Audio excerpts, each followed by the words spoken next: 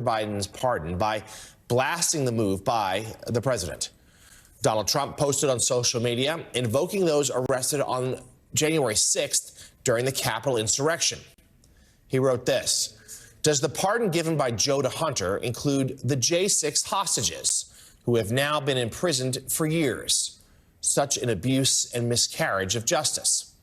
Republican Congressman James Comer of Kentucky, the House Oversight Committee chair who led the relentless congressional investigations into Hunter Biden and the Biden family, which again ultimately led to no evidence of wrongdoing.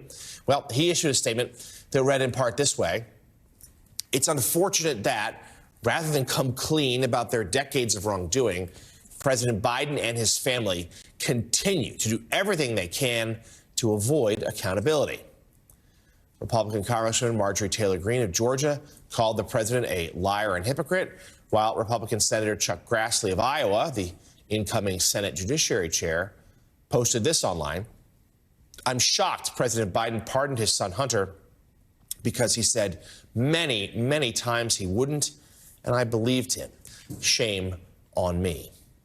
Joining us now, White House reporter for the Associated Press, Darlene Superville, and former U.S. attorney and an MSNBC contributor, Barbara McQuaid. Our thanks to you both for being here. Darlene, we'll start with you. Let's get into the president changing his mind. He and his staff have said repeatedly for months now that the president was not going to pardon or commute the sentence of his son Hunter. But yet, late last night, before departing on a trip to Africa, President Biden did just that. What were the reasons for his change of mind? Thanks, Jonathan. The statement the president put out last night, one of the things that he cited in that was he said the process that led up to the prosecution of his son had been tainted by what he called raw politics, and described just the prosecution, the trial, everything that has happened to Hunter Biden as a miscarriage of justice. And I think that in the final analysis, or one of the final analyses of what happened here, is that President Biden is above all a father. He had to sit by and watch his son go through this process, and he has the power to help his son, and in the final analysis, he took it. Yeah, and I've reported extensively throughout the year the guilt that President Biden felt, thinking that the spotlight that his presidency created is what led to Hunter being unfairly targeted. So, Barbara, on that, you say that the pardon for Hunter Biden is in the best interests of justice. Tell us why. Well, in my experience, this is not the kind of crime that would be charged against somebody in a routine case. I can recall, as a federal prosecutor for about 20 years, using this gun charge exactly one time. The charge was lying on the federal form about use of drugs to obtain a firearm. And in that one case, we used that charge because the person was someone we perceived to be violent and a potential mass shooter. Similarly, with regard to the tax charge, ordinarily simple failure to file taxes is something that gets resolved civilly. In this case, Hunter Biden had already paid back the back taxes and the penalties and the interest. And so, again, to use criminal charges in that instance is not something that would typically be done. Usually that comes when it is tacked on to some other criminal case, or it's the only way someone who is dangerous can be disrupted. You may recall that Al Capone was famously convicted of tax charges. That's sometimes referred to as the Al Capone theory of prosecution. There's a dangerous person who has to be disrupted, and so I'll use this charge as a tool to bring them to justice and to get them off the streets. None of those things were true here with regard to Hunter Biden, and so I think justice did require this pardon. So, Darlene, there have been other moments where presidents have issued pardons to family members or issued controversial pardons. And let's be clear here. The amount of hypocrisy from Republicans sort of off the charts. There are many examples of Donald Trump issuing pardons to controversial figures, Manafort, Flynn, Bannon, the rest. Even this over the weekend, the Jared Kushner's father, who he had pardoned, he just named ambassador to France. So there's a lot of precedent here. That's right. There is a lot of precedent there for that. So in one sense, President Biden pardoning his son is not unusual at all, and is in keeping with some past practice. But that won't stop the president's critics from criticizing his decision, particularly when he had said on multiple occasions that he would not pardon his son. Yeah, no, I think that's a very good point. So, Barbara, we saw, Donald Trump react negatively to this news last night. Is there, in light of this pardon, is there any new way that the incoming Trump administration could still go after Hunter Biden in the months ahead? Well, the pardon itself goes back to 2014. Any crime that Hunter Biden may have committed from 2014 through a date after his alleged crimes occurred. I suppose if they want to reach back even farther in time, but it seems unlikely in light of statute of limitations concerns. And so, perhaps there will be congressional hearings about this. But in terms of criminal charges for this conduct, I think this would be a settled matter. All right. White House reporter for the Associated Press, Darlene Superville. Darlene, thank you so much for joining us this morning. Barbara, stay with us for just one more moment because I want to ask you about this next story. Big news over the weekend. Donald Trump says that he will nominate former National Security Council official Kash Patel to serve as his FBI director. Now, Patel is an ultra-Trump loyalist who has promoted lies that the 2020 election was stolen, as well as the baseless conspiracy theory that federal bureaucrats in the deep state tried to overthrow the former president. When the president-elect takes office in less than 2 months' time, he's expected to fire FBI Director Christopher Wray, whom he appointed in 2017 to a 10-year term. Now, when he did that, let's recall, it set off a firestorm because he dismissed James Comey. This time around, though, Barbara, Republicans seem to be falling in line, at least some of them. Let's get your reaction to this pick, which I will say rivaled only by Matt Gaetz in terms of the selection, in terms of the seismic shockwaves it sent through Washington. Kash Patel, a deeply controversial and, in the eyes of many, problematic figure.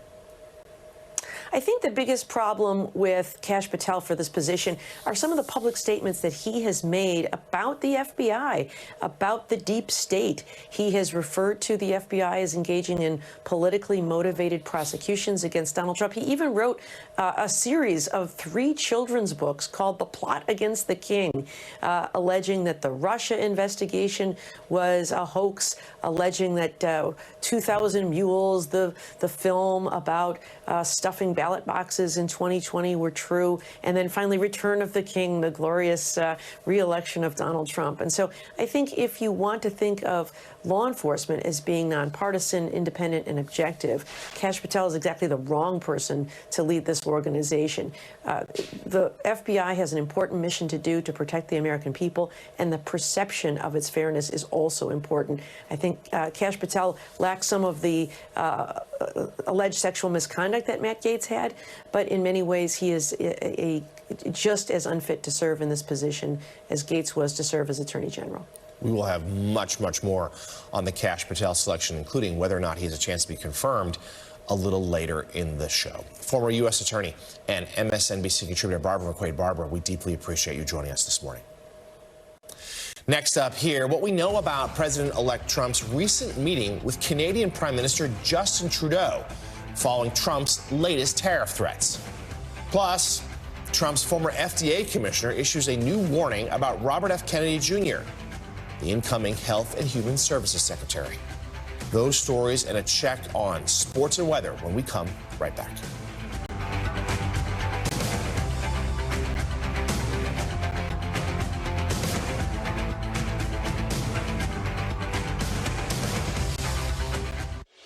New reaction now as the results of the presidential election reverberate throughout this country. We are getting a picture of what a Donald Trump cabinet will look like. President-elect Trump's return to the White House has shaken NATO allies.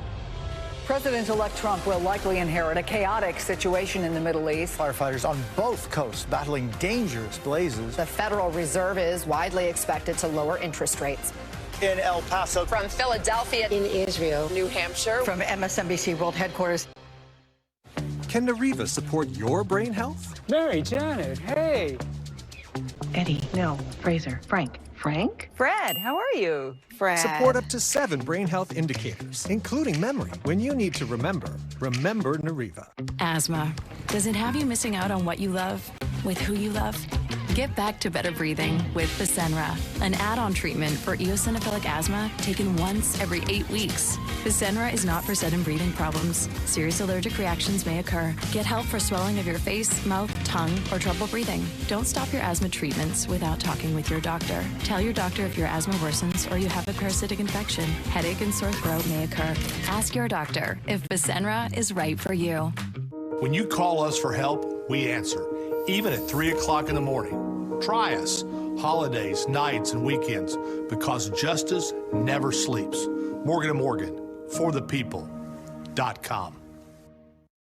This is Wild Alaskan Company. Wild-caught, high-quality seafood. We know that Alaska holds the global gold standard for sustainable seafood. It's the healthy choice for you and the best choice for the planet. And because our cold chain process locks in that mouth-watering wild-caught flavor, you'll be eating more seafood and loving it. Just ask the growing community of loyal members who can taste the difference in every bite of the highest quality wild-caught seafood delivered to your door. Save $25 off your first box, plus free shipping. Wild Alaskan Company. Seafood as it should be. Waiting till Friday to get paid is tricky. Then I heard about Chime. Now I get paid 2 days early, no fees. Early payday guarantees that I can make it to any gig, any rehearsal, anytime. Join me at chime.com. I got this $1,000 camera for only $41 on Deal Dash. DealDash.com. Online auctions since 2009. This PlayStation 5 sold for only 50 cents. This iPad Pro sold for less than $34. And this Nintendo Switch sold for less than $20. I got this KitchenAid stand mixer for only $56. I got this barbecue smoker for $26. And shipping is always free. Go to DealDash.com right now and see how much you can save. With Chime, I have access to more fee-free ATMs than the top 3 national banks combined. That's over 50,000 fee-free ATMs. And I can add cash at over 8,000 Walgreens with no fee. That's why I Chime. Join Chime, the #1 most loved banking app. Welcome back.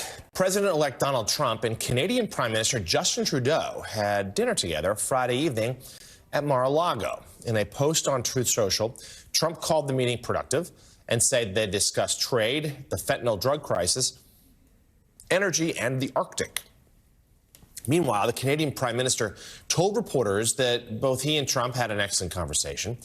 The meeting comes, of course, after Trump threatened to impose a 25% tariff against American imports on Canadian and Mexican goods unless both countries take a harder stance on undocumented immigrants and the drug crisis. Relatedly, Trump also spoke with President Claudia Sheinbaum of Mexico Wednesday afternoon. However, both seem to have differing views on their conversation. In a post on Truth Social, Trump said Sheinbaum, quote, has agreed to stop migration through Mexico and into the United States, effectively closing the southern border. Meanwhile, in a later post on social media, the Mexican president said, in our conversation with President Trump, I explained to him the comprehensive strategy that Mexico has followed to address the migration phenomenon, respecting human rights. Thanks to this, migrants and caravans are assisted before they reach the border. We reiterate that Mexico's position is not to close borders, but to build bridges between governments and people. Meanwhile, Dr. Scott Gottlieb, the former FDA commissioner during Trump's first term in office, is now raising alarms about the nomination of RFK Jr.